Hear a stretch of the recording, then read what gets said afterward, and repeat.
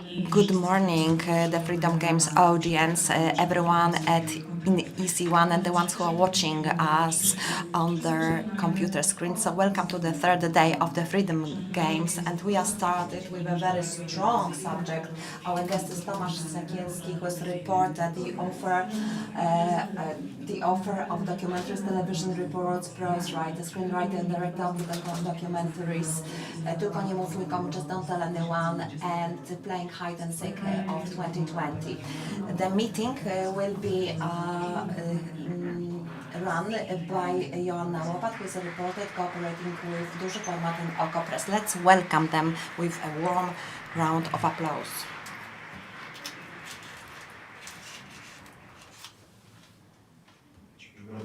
Good morning.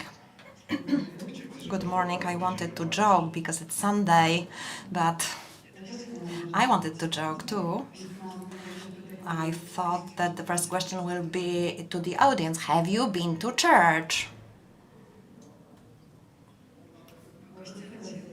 Because today we will be talking about church. Do you agree? Okay, I can talk about church. Sunday is a good day to have such conversations. I have too many phones, I'm sorry. Tomek, Asia, your movie, Don't Tell Anyone, 24 million people watched it. In the 37 million country, it's a huge number. And the Clergy movie last year, how many people watched it? 6 million? Yes, more or less 6 million. Yes. But I wouldn't like to compare my movie with Clergy movie, Claire. You had to go to the cinema, pay for the ticket to watch it. Our film was available free of charge because everybody loves watching free movies. Smarzowski also likes entertaining his audience. You have referred to the subject, the topic which is very difficult. What is the phenomenon of this movie? Why so many people decided to watch it? Mainly because it was for the first time in Poland, victims showed their faces. They were talking very openly about the traumas and confronted with their oppressors. So to many people it was shocking because there were articles, there was information that there's a problem of pedophilia among priests, that it also happens in Poland. Some people were saying, no, it only happens in the West. In Poland, the situation was different. And all of a sudden, the movie, which shows not just a single case, but several cases of several people who were raped in their childhood, who were sexually abused,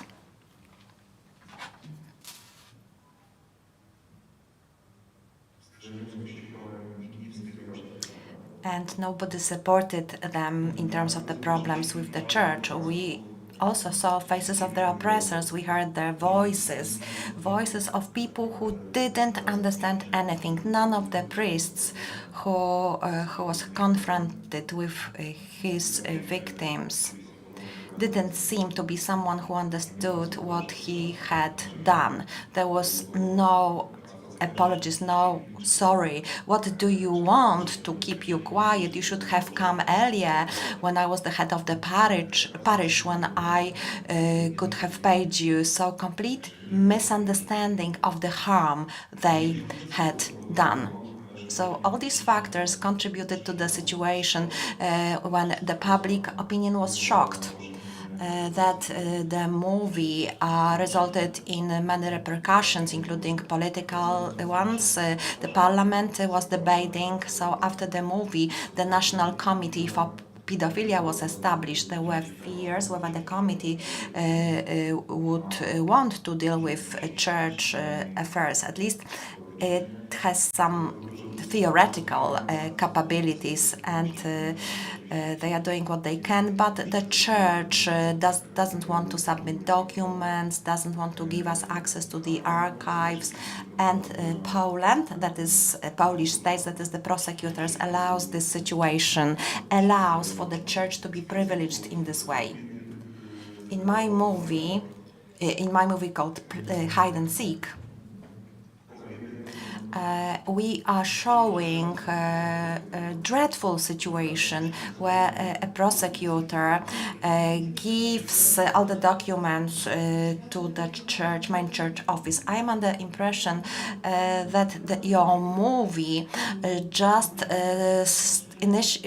put fire to the bomb that is ticking. So we all knew that something like that had been happening. So what has happened after the premiere of your movie with the public opinion, social reception?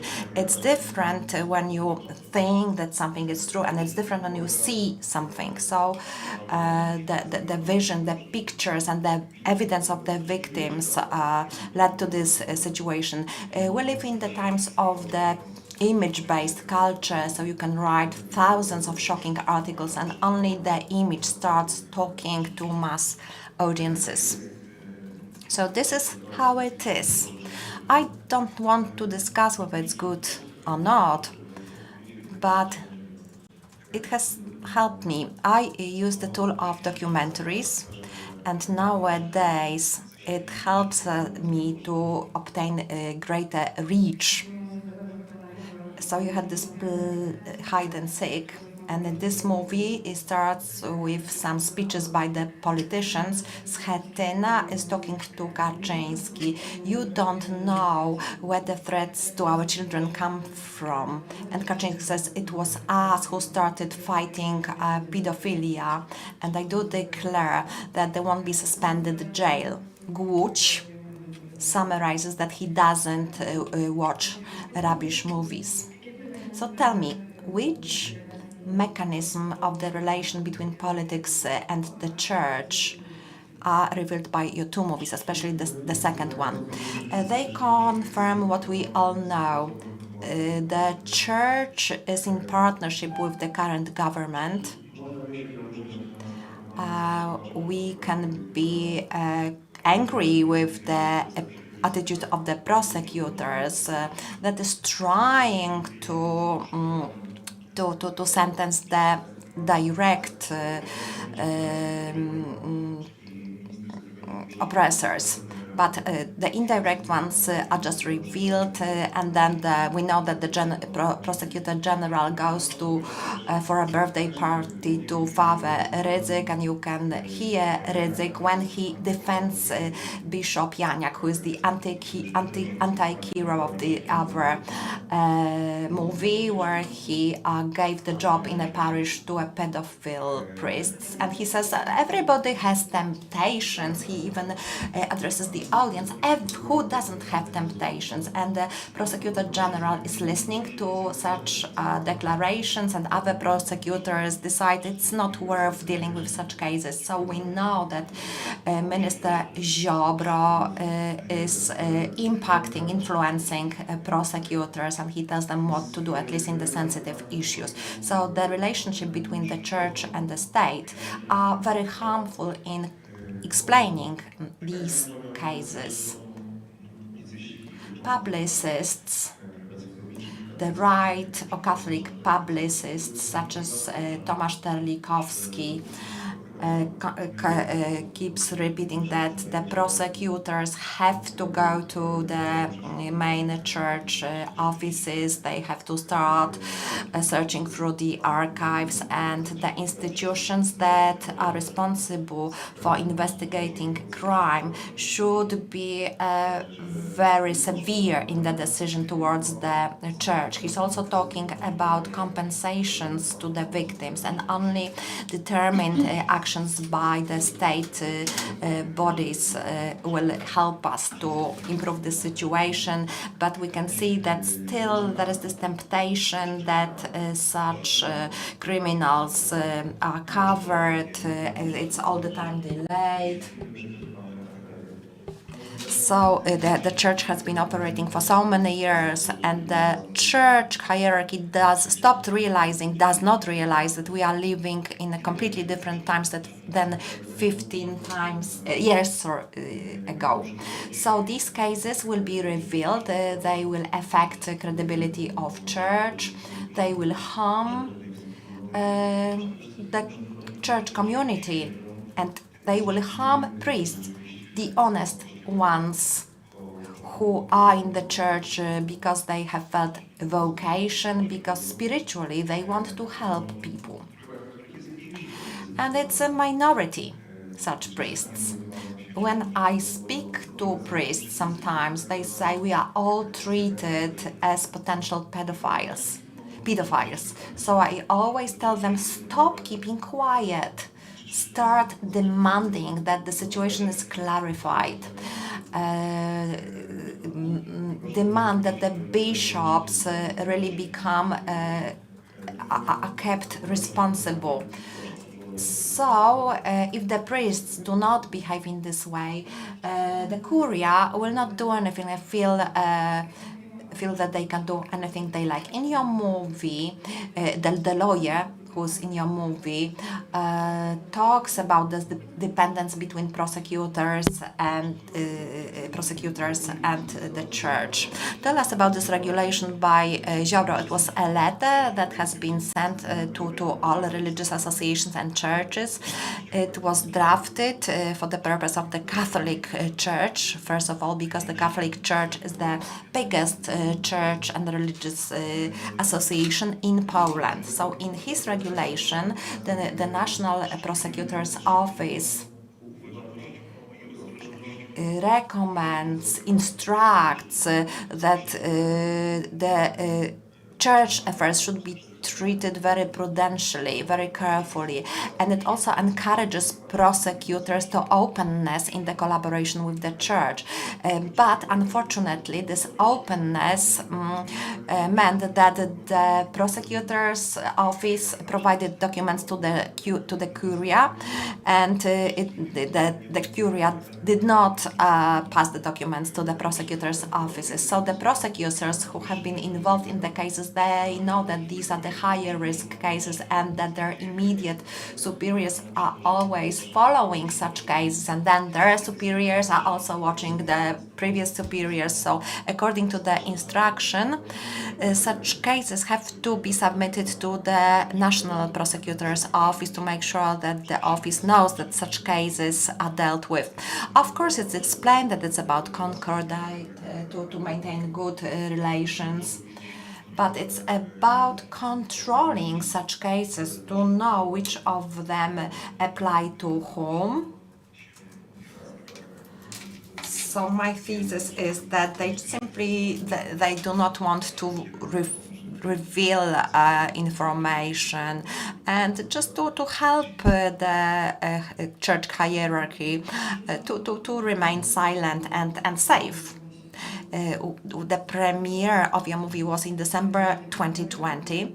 The Vatican issued an instruction.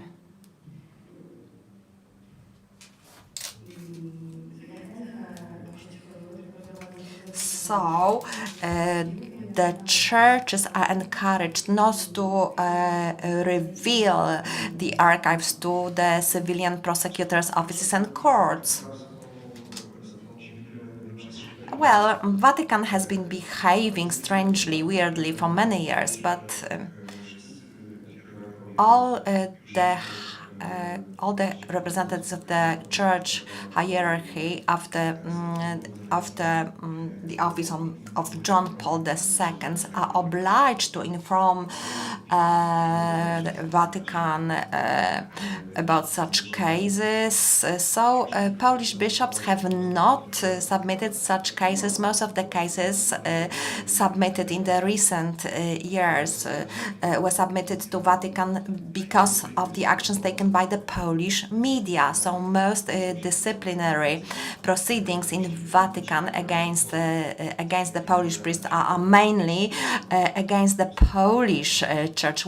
Poland is the leader in this context. So I agree with those who say that when the Vatican makes the decision, there is punishment, there is a penalty for the bishop, and usually he is banned from taking part in the services in their dioceses. So it's not a severe penalties. But if we look at the church history, if we consider how it has been dealt with several years ago, it's a big step forward. So the evil has been named, and it indicates co-responsibility of the church for these crimes.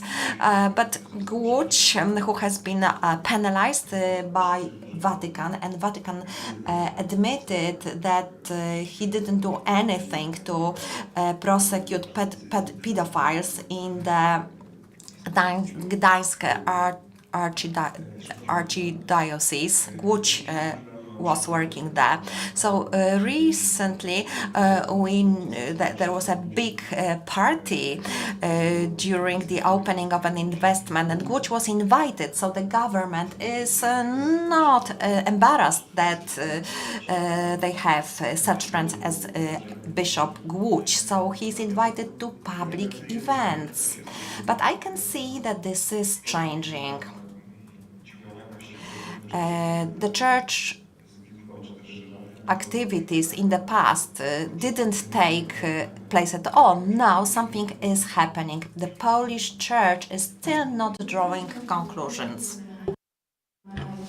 I can understand that the mechanism of hiding is relevant for those in high positions, but when I was watching your movies, I was wondering what the idea behind is for priests who come from small towns or villages, and once they move to another parish, they are like rewarded.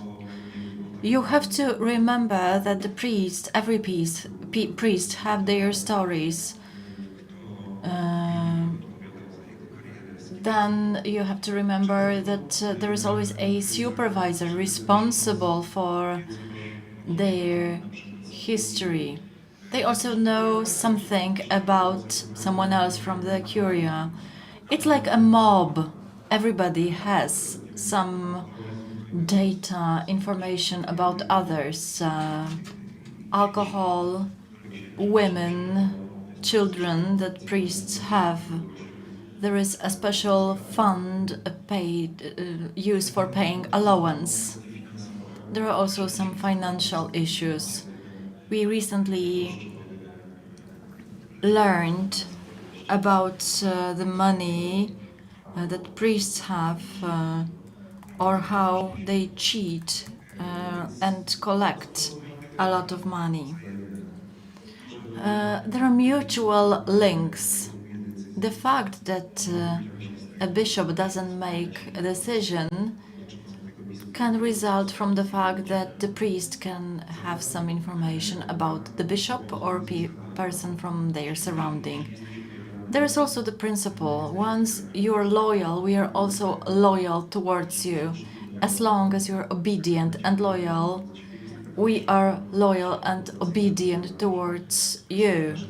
That's false loyalty, which helps avoid precedents. And the entire structure makes sure that whenever there is the enemy at the gate, we defend our people. It increases discipline and obedience among priests. Finally, it's easier to manage a priest that has committed something wrong, because then the priest will be more obedient and the bishop can always remember that. We also have to remember that in Poland the bishop is like a prince.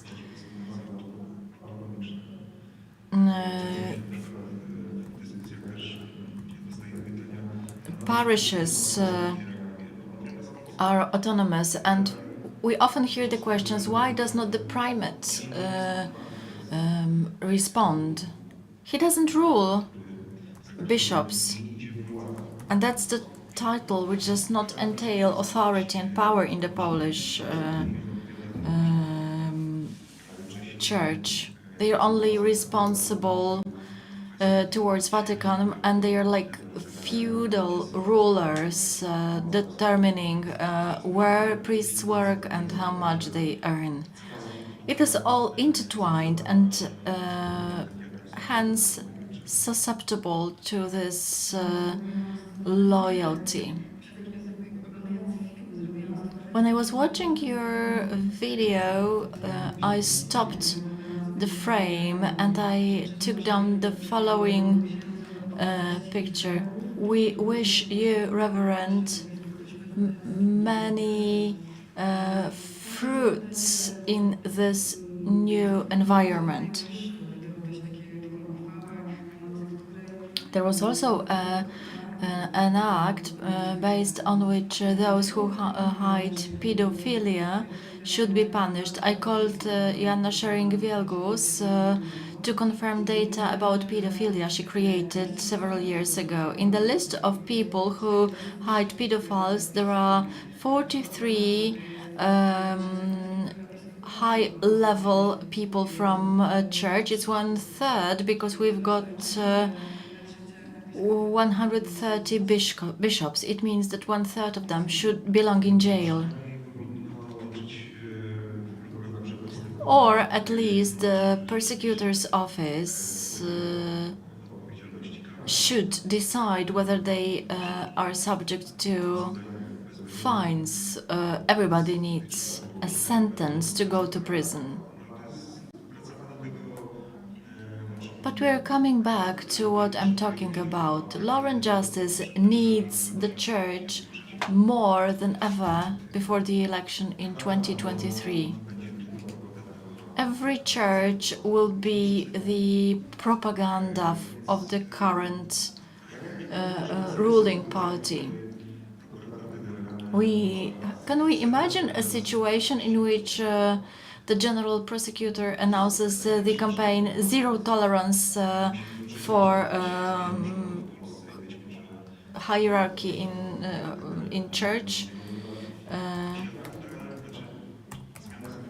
Social changes occur, but as for the behavior of politicians, we will judge them by their behavior. I remember Donald Tusk saying that no MP will knee in front of the priest, and then the civic platform was participating in meetings with Dziwisz. Among politicians, I have seen a different approach. I mean, those from the central and left-wing parties.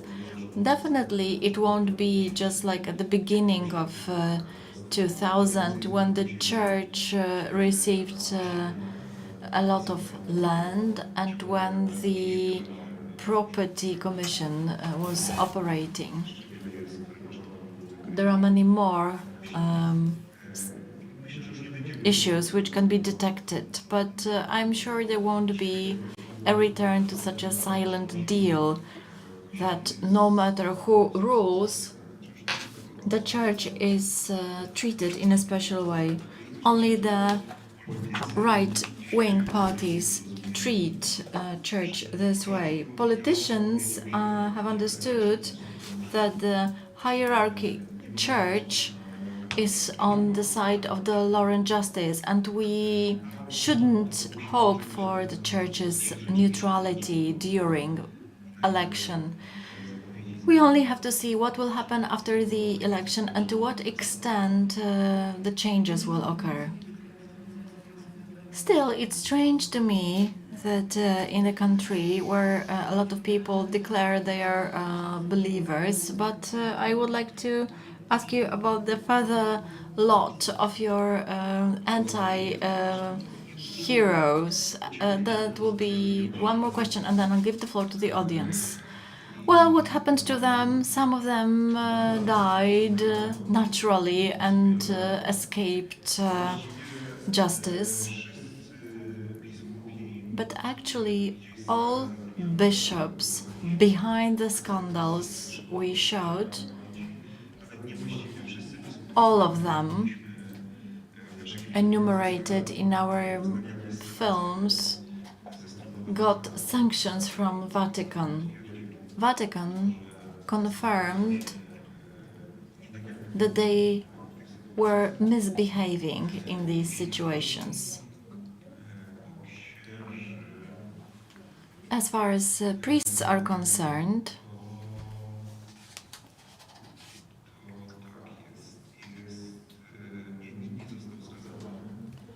nobody was sentenced, but Marek Mielewczyk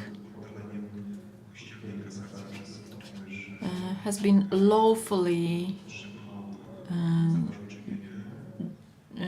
has received a lawful compensation, which was 500,000 zloty. The church, the curia, and the parish where the crime happened are supposed to publish apologies. His battle took 10 years, but he can feel he won. Ania Zmisiewicz case is ongoing. Bartek and Kuba, who were in the second film, Jakub resigned, but Bartek won in court. The court decided it was a crime, and the curia is co-responsible because it hid the priest, and he's supposed to receive compensation. These are the legal effects. I also wanted to ask about your heroes, your characters. Before we entered this room, we discussed responsibility for characters. How do they feel after revealing what happened in public? It would be best to ask them. I call them from time to time and ask whether they do not regret being parts of these projects and participating in these films that affect their lives. So far, none of them have regretted. But I also know that what happened after the films was not easy. These are real people who showed their faces, revealed their names. They also decided to take part in a film not knowing what consequences it would entail both in their professional and private lives. Many times have I repeated to them that I wouldn't be able to protect them. I didn't have any tools that would make them safe, that would make their families understand. And there are specific examples like Marek Mielewczyk, whose mom doesn't understand why he decided to reveal it in public and fight for compensation. Luckily, she accepted that something like that had happened. She no longer thinks he lies, but she reproaches him fighting for justice. The case of Anya is similar. Her family doesn't understand her, and they don't understand her going to court to get compensation and fight for herself. These are tough issues that will impact the lives of these people. So I'm really grateful that they decided to take part in my films. That's the moment when our audience, dear brothers and sisters,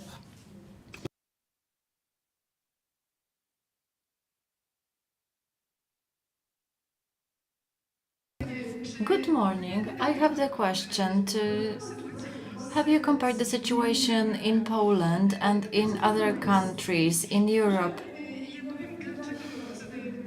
I'm asking this question because roughly I know the situation in France. From my point of view, it's shocking. Since 1950, people in church committed 216,000 sexual abuses towards people under 18, including laymen. It's 430,000. At a certain point in time, the number of abuse decreased, and now the curve has flattened, and the number has not been reduced. I'm sure you know the film by Grasdieu, Thank God. It was about Cardinal Barbarin from Lyon, and the title of the film is Thank God it's over and nobody will harm me. He was hiding a pedophile. The case was reported to Vatican. They did not accept his quitting his position. I don't remember the exact figures, but they were sentences issued by the French court to send these people to prison or for compensation, but only a minor percentage received compensation. We need to remember that France, which is the only layman country in Europe, because you need to know what it means. There are thousands of Catholic churches.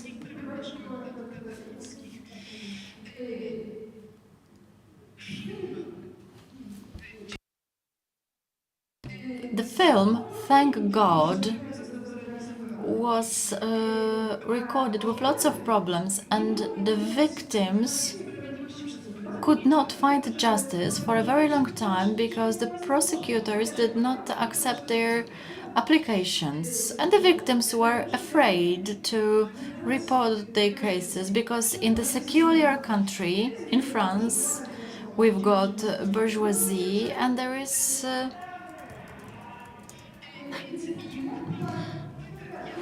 I started with a question. How do you compare Polish situation with other European countries? We are at the beginning of this path of identifying crimes and misdemeanors in church. It's not true that this is the result of the last 20 years, that previously before 1989 there had not been sexual revolution. Polish priests behaved in a different way, but after 1989, when the rotten West infiltrated Poland and you could watch porn videos or see magazines with naked photos, the priests,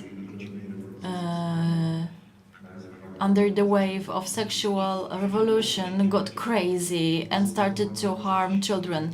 It had been happening for decades and it had been hidden. We are at the beginning of this road. I think that once we reach the end, the scale of crimes will be terrifying for us, but already now we know thousands of victims, proven cases.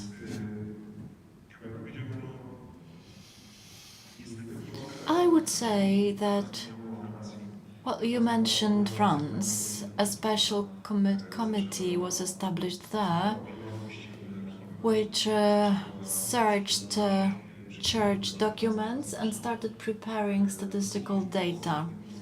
As long as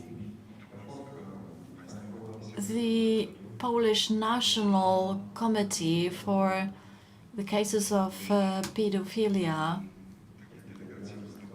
gets a mandate, statutory mandate, to execute the access to documents, we won't learn the scale. Everything is there. It is not true that all victims will come willing to talk about their trauma, or the silent part of the institutional church decides to speak up and tell the stories. The state needs to act, and as long as the state doesn't act, we are on hold with settling the accounts. Everywhere in the world, there must have been the single stroke that broke the camel's back. In Ireland, for instance, we learned about sexual abuse, murders, mass graves. In the United States, there was a moment when FBI started to capture documents and search the files. Cases for compensations worth millions of dollars were initiated. It shook the church, and the church decided to do something about it. But still, in the USA, there are many cases and many scandals being revealed, also including Polish priests. I would say we are just somewhere at the end of this process, meaning at its tail. Journalists' work is pivotal here, and I'm very glad to see such documentaries as the one by Marcin Gutowski. However, it does not suffice. The state needs to enter and act. And again, I'm coming back to what I said. We live in the times where I wouldn't expect any breakthrough activity of the state.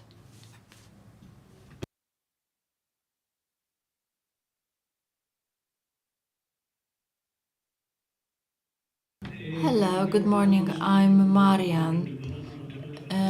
The lady was talking about France. I know about Germany, where I've been living for 40 years. I came here to participate in the Freedom Games. My question is, how can television affect and help introduce the church tax in Poland? Just like in Germany, where we have church tax, everything is more transparent. Many people decide to leave the church. Nowadays, in Germany, you pay 9% from your gross income, and you can imagine how much that is. I used to pay 1%, then 1.5%. Then I said goodbye to this institution because the Pope said we are not allowed to collect condoms because of AIDS in Africa.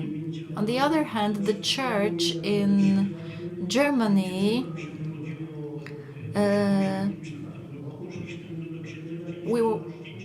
our child was born in 1988. We wanted to baptize the child. The priest said it costed 200 marks, but you're not married, so I had to take double the amount. And we went to the bishop straight from the church. We talked to the bishop. He asked whether we knew any similar cases, and the Polish priest came back to Poland. So, hence the question. I hear that several people from my milieu decided to leave the church and received this document. But what about this document?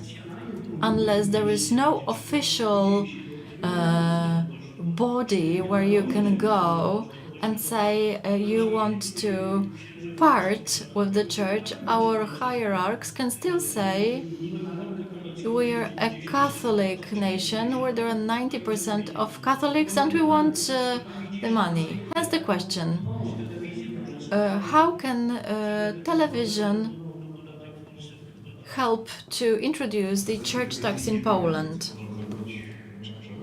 I don't know what television can do, whether it can make any broadcasts, but it's hard for me to refer to it. You call it church tax. In my opinion, it's a good idea because it would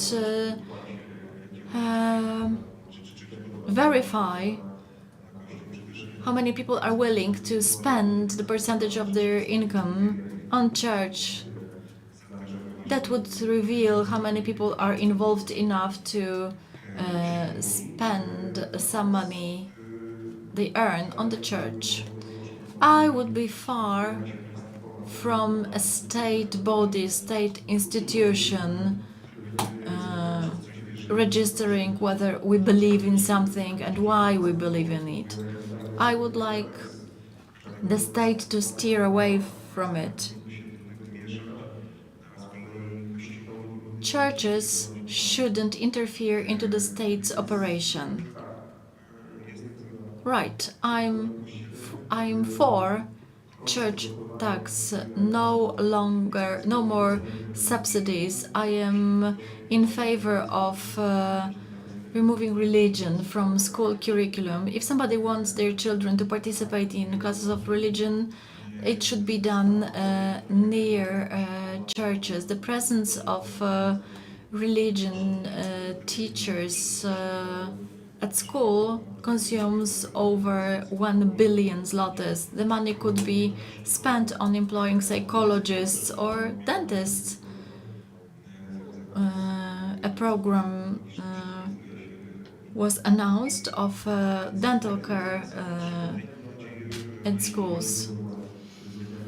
I hope that once the ruling party changes in Poland, will be brave enough to implement such changes.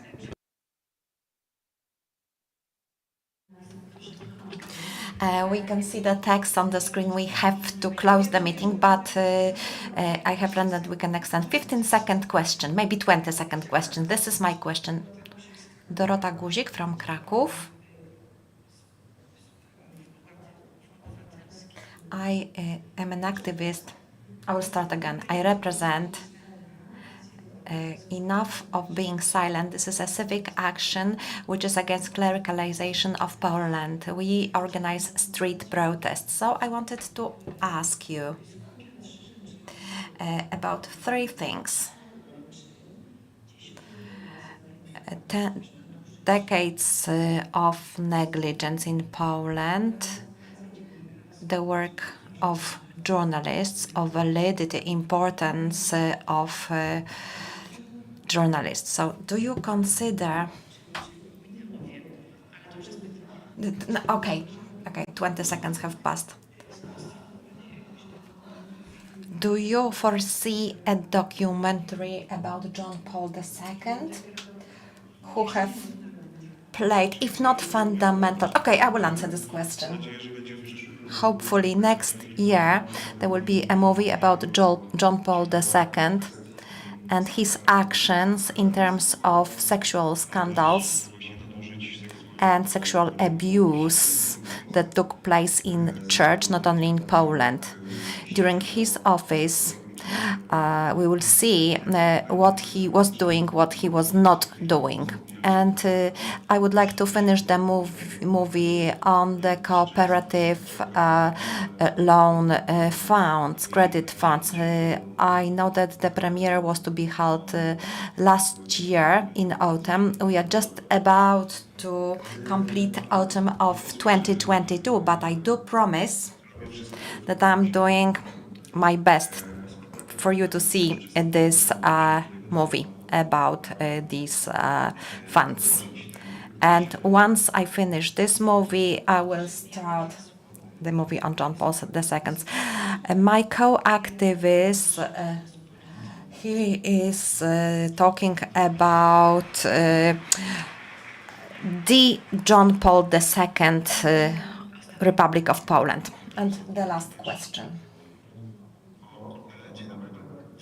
Good morning, Marcin Adamuciak. As a citizen, is it possible that we will have an important change in Poland without the change, or maybe we should renegotiate the Concordat? It is possible, but it's all up to determination and beliefs of politicians.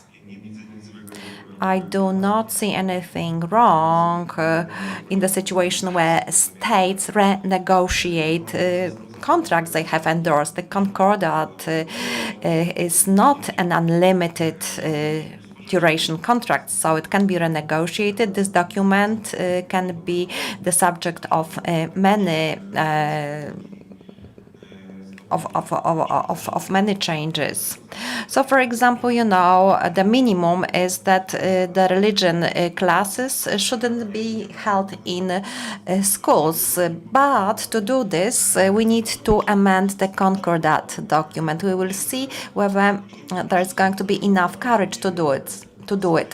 The church has done a lot previously to be identified with one political party. The church will do a lot of ugly things during the next election campaign. So it will do a lot to make sure that the chapter of the church and the state is not just theoretical, but it's also practical. I would like to refer to your question, the lady's question. Church is like a mine with a mine of different issues. I know that people tell you that you should make a movie about Father Rydzyk. Artur Nowak, who was in your movie, they wrote a book with Stanisława Bierski about abuses against nuns. There was an affair about nuns who are abusing their beneficiaries. So there is the topic of orphanages, shelters, which are beyond control of any entities. The role of nuns in the life of church, the way they are treated, well, there is quite a lot of evidence that they are used as slaves, they are sexually abused, and they are also used as servants. They are to clean, they are to serve. So lots of topics. Finance, it's another mine of information. Selling land, churches building skyscrapers, spa, hotels. So what has been happening before, behind the closed door? Do you feel that there is a narrow gap and we can see something, we can enter these institutions? Yes, I can see this gap. I can see that also many representatives of the clergy have become quite fearful. Of course, many of them are honest people who have appropriate moral compass, working compass, but since they are frightened of the consequences, they remain silent. It was easier for me as a journalist to gather secret information or documents from secret services rather than from the church. So the church is sealed. It's very tight if you want to get some insider's knowledge. It's very hard to obtain it. I thought it was going to be easier, but it's another challenge to reach, to find this information and confirm it. Okay, then. So I think that we can close our meeting. Is it optimistic? You have made the God happy. You can go home now.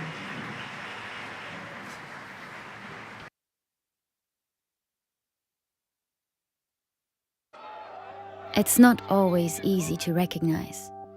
It may look like this, or like this. It may be a burden, but it is a responsibility that we embrace nonetheless. But if it means this for one person and this for someone else, maybe it ultimately means being there for one another.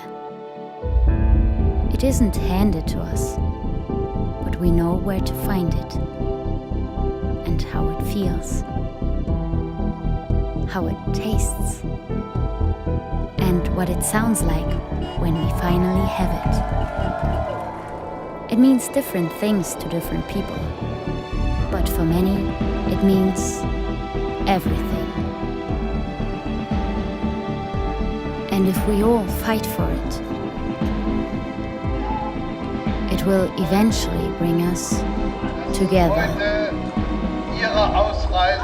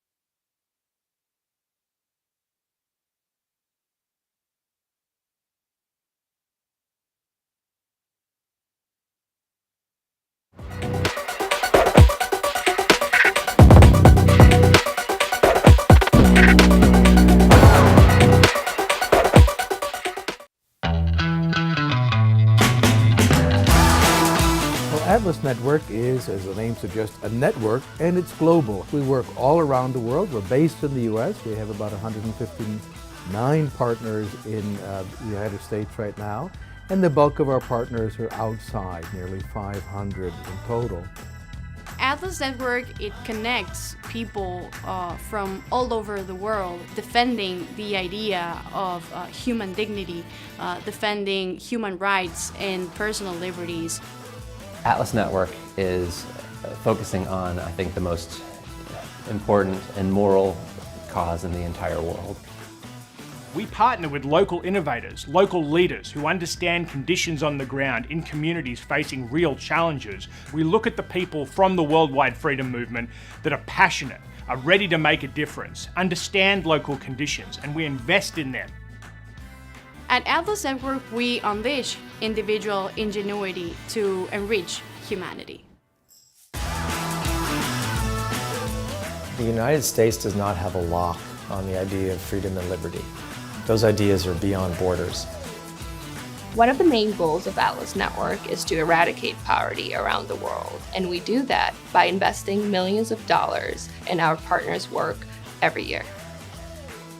Historically, wealthy nations around the world have tried to help low-income countries develop. The way we've been doing it traditionally has not really been working. So there's a movement to do development differently, and that means we need to step back as outsiders and rethink the role that we're playing in helping people in low-income countries achieve their dreams. We want to make the world a better place. We want to make the world a freer world. All of us want to leave a legacy and be part of something big to make a better world.